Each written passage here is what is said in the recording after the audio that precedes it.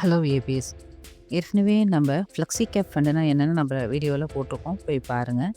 இந்த வீடியோவில் நம்ம Flexi-Cap ஃபண்டோடைய நன்மைகள் தீமைகளை தான் பார்க்க போகிறோம். நம்ம சேனலில் மியூச்சுவல் ஃபண்ட் சம்மந்தமாக தொடர்ந்து வீடியோ போட்டுட்ருக்கோம். நம்ம சேனலில் தொடர்ந்து சப்ஸ்கிரைப் பண்ணிக்கோங்க.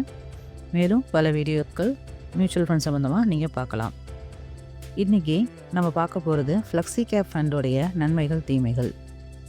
Flexi-Cap ஃபண்டுனா large cap, mid cap, small cap 3 ஃபண்டுலேயும் ஃபண்ட் மேனேஜர் சூஸ் பண்ணி பிரித்து போடுவாங்க. அதுதான் Flexi-Cap ஃபண்டு. இதோட ஃபஸ்ட்டு நன்மை என்னென்னா flexibility. Fund manager large cap, mid cap, small cap 3லையும் பிரித்து போடுவாங்க. அதாவது எப்படின்னாக்கா மார்க்கெட்டுடைய சுச்சுவேஷனுக்கு ஏற்ற மாதிரி மார்க்கெட் அப்ஸ் அண்ட் டவுன்ஸில் இருக்கும்போது, மார்க்கெட் அப்பில் புல் மார்க்கெட்டில் இருக்கும்பொழுது ஒரு மிட்டு ஸ்மால் கேப்பில் கான்சன்ட்ரேட் பண்ணுவாங்க. மார்க்கெட் ரொம்ப டவுனில் இருக்கும்பொழுது லார்ஜ் கேப் ஃபண்டில் கான்சன்ட்ரேட் பண்ணுவாங்க. இந்த மாதிரி பிரித்து அவங்க large cap, mid cap, small கேப்பை ஃபண்ட் மேனேஜர் பிரித்து கான்சன்ட்ரேட் பண்ணி அவங்களே இன்வெஸ்ட்மெண்ட் பண்ணுவாங்க. ஸோ ஃப்ளெக்சிபிலிட்டி இதில் ஜாஸ்தியாக இருக்கும். செகண்ட் நன்மை என்னன்னாக்கா டிவர்சிஃபிகேஷன். 3த்துலேயுமே பிரித்து போடுறாங்க, லார்ஜு, மிட்டு, ஸ்மால். ஸோ 3த்துலேயும் பிரித்து போடுறதுனால கண்டிப்பாக இது ஒரு டிவர்சிஃபைடு ஃபண்டு. Next growth potential. அதாவது லார்ஜ் கேப்புங்கிறது ஏற்கனவே வளர்ந்த கம்பெனி. இப்போ மிட் கேப்பு, ஸ்மால் கேப்னால் இதுதான் வளர்ந்து வந்துட்டுருக்கு. ஸோ அவங்க அந்த கம்பெனிஸ் வளரும்பொழுது ஆட்டோமேட்டிக்காக என்ன ஆகும், நமக்கும் அதில் க்ரோத் இருக்கும், நம்மளுடைய இன்வெஸ்ட்மெண்ட்லேயும் க்ரோத் இருக்கும். ஸோ நல்ல ஒரு மாடரேட்டான ஒரு க்ரோத் உள்ள ஃபண்டுன்னு பார்த்தீங்கன்னா Flexi-Cap ஃபண்ட் சொல்லலாம். ஏன்னா மிட் கேப்பும் ஸ்மால் கேப்பும் இருக்குது, அடிஷ்னலாக லார்ஜ் கேப் ஃபண்டும் இருக்கிறதுனால கண்டிப்பாக நல்ல ஒரு க்ரோத் பொட்டன்ஷியல் இந்த ஃபண்டில் உண்டு. Next market opportunity. மார்க்கெட் டவுனாக இருக்கும்போதும் சரி, அப்பில் இருக்கும்பொழுதும் அந்த சுச்சுவேஷனுக்கு தகுந்த மாதிரி இன்வெஸ்ட்மெண்ட் பண்ணலாம். ஸோ நல்ல ஒரு மார்க்கெட் ஆப்பர்ச்சுனிட்டியும் இந்த ஃபண்டில் இருக்குது. இதுதான் மேஜர் ப்ரோஸு இன் Flexi-Cap ஃபண்ட்ஸு. நம்ம நெக்ஸ்ட்டு தீமைகள் என்னென்னு பார்ப்போம். தீமைகள்னு இதை சொல்கிறத விட இதெல்லாம் ரிஸ்க்கு. மியூச்சுவல் ஃபண்டை பொறுத்த வரைக்கும் ரிஸ்க்கு. ஸோ இந்த ரிஸ்க்கை நம்ம மிட்டிகேட் எப்படி பண்ணாலும் நமக்கு இதோடைய ப்ரோஸை நம்ம என்ஜாய் பண்ணலாம். இது Flexi-Cap ஃபண்டுக்கு மட்டும் உள்ள நெகட்டிவ் பாயிண்ட்ஸோ கான்ஸோ கிடையாது. ஜென்ரலாக மியூச்சுவல் ஃபண்டுக்கே உள்ள ரிஸ்க்கை பற்றி தான் நம்ம பார்க்க போகிறோம். ஃபஸ்ட்டு ரிஸ்க் என்னென்னா high risk in volatile market. இப்போ வாலடைல் மார்க்கெட்டாக இருக்கும்பொழுது இது ஃபுல் அண்ட் ஃபுல்லாக ஃபண்ட் மேனேஜர் தான் ஃபோக்கஸ் பண்ணி மார்க்கெட் கிராஷாக இருக்கிற நேரத்தில் இன்வெஸ்ட்மெண்ட் பண்ணுவாங்க. அப்படி பண்ணும்பொழுது அவங்க கரெக்டாக அந்த யூட்டிலைஸ் பண்ணிக்கணும். அதாவது மார்க்கெட் கிராஷை இப்படி எந்த ஃபண்டில் போட்டால் நான் க்ரோத் வருங்கிறத அவங்க சாய்ஸில் தான் நம்ம விட்ருக்கோம். ஸோ நம்ம சாய்ஸ் கிடையாது, இதில் எல்லாமே ஃபண்ட் மேனேஜர்ஸோட சாய்ஸ் தான். ஸோ அவங்க கரெக்டாக அதை யூட்டிலைஸ் பண்ணி அந்த வாலடைல் மார்க்கெட்டை யூட்டிலைஸ் பண்ணி இன்வெஸ்ட்மெண்ட் பண்ணாங்கன்னா நமக்கு நல்ல க்ரோத் கிடைக்கும்.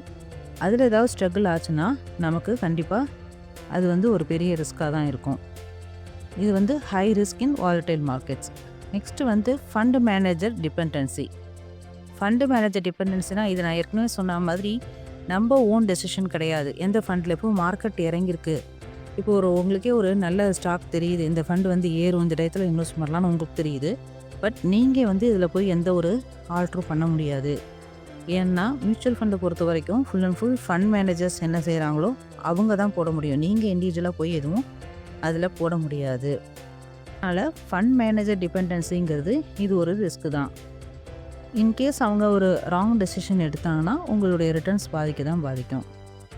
Moderate expense ratio. இந்த எக்ஸ்பென்ஸ் ரேஷியோங்கிறது ஏற்கனவே உங்களுக்கு தெரிஞ்சிருக்கும், தெரியாதவங்களுக்கு. அதாவது இந்த ஃபண்டை மேனேஜ் பண்ணுறதுக்கு நம்ம கொடுக்கக்கூடிய ஒரு சார்ஜஸ், கமிஷன் மாதிரின்னு வச்சுங்களேன். அந்த எக்ஸ்பென்ஸ் ரேஷியோ போக தான் அவங்க NAVயை ஃபிக்ஸ் பண்ணுவாங்க. அதாவது அவங்க ஃபண்டை மேனேஜ் பண்ணுறதுக்கான பைசா. அது மாடரேட் எக்ஸ்பென்ஸ் ரேஷியோவாக இருக்கும். ஏன்னா சில நேரங்களில் Flexi-Cap ஃபண்டை பொறுத்த வரைக்கும் மாடரேட்டாக தான் இருக்கும். சில சமயங்களில் ரொம்ப ஆக்டிவ் ஃபண்டுக்கு அதிகமாக இருக்கிறதுக்கும் சான்சஸ் இருக்குது. அதை நீங்கள் ஏற்கனவே உள்ள ஸ்கீம் டாக்குமெண்ட்டில் பார்த்துட்டு இன்வெஸ்ட்மெண்ட் பண்ணணும். Next unpredictable returns.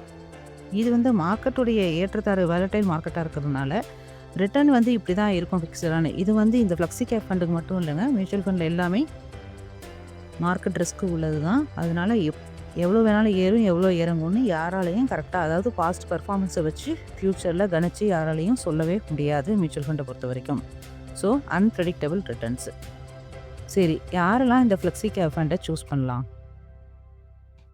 அப்படின்னு ஒரு கொஷின் கேட்டிங்கன்னா, அதுக்கு மாடரேட் ரிஸ்க் எடுக்கிறவங்க, அதாவது ஹை ரிஸ்க்கும் இல்லை, ரொம்ப லோ ரிஸ்க் எடுக்கிறவங்க இல்லாமல் ஒரு மாடரேட் ரிஸ்க் எடுக்கிறவங்களுக்கு இது ஒரு சூட்டபுளான ஃபண்டாக இருக்கும்.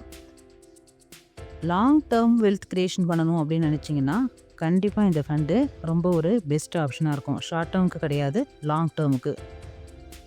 மார்க்கெட் ஃப்ளக்சுவேட் ஆகும்பொழுது இது இறங்கும், திருப்பி ஏறும் அப்படிங்கிற உங்களுடைய மார்க்கெட் சந்தை புரிதல் கண்டிப்பாக அவசியம். எந்த மியூச்சுவல் ஃபண்டை நீங்கள் இன்வெஸ்ட் பண்ணுறதா இருந்தாலும் இந்த மார்க்கெட் ஃப்ளக்சுவேஷன் இருக்கும். அதுக்கு நம்ம எப்படி இன்வெஸ்ட்மெண்ட் பண்ணணும், அவருடைய ஃபினான்ஷியல் அட்வைஸரை கேட்டுட்டு நீங்கள் எந்த ஃபண்டில் வேணாலும் இன்வெஸ்ட்மெண்ட் பண்ணலாம். ஃப்ளெக்ஸி கேப் ஃபண்டுங்கிறது ஒரு மாடரேட் ரிஸ்க் எடுக்கிறவங்களுக்கு கண்டிப்பாக ஒரு நல்ல ஃபண்டாக இருக்கும்.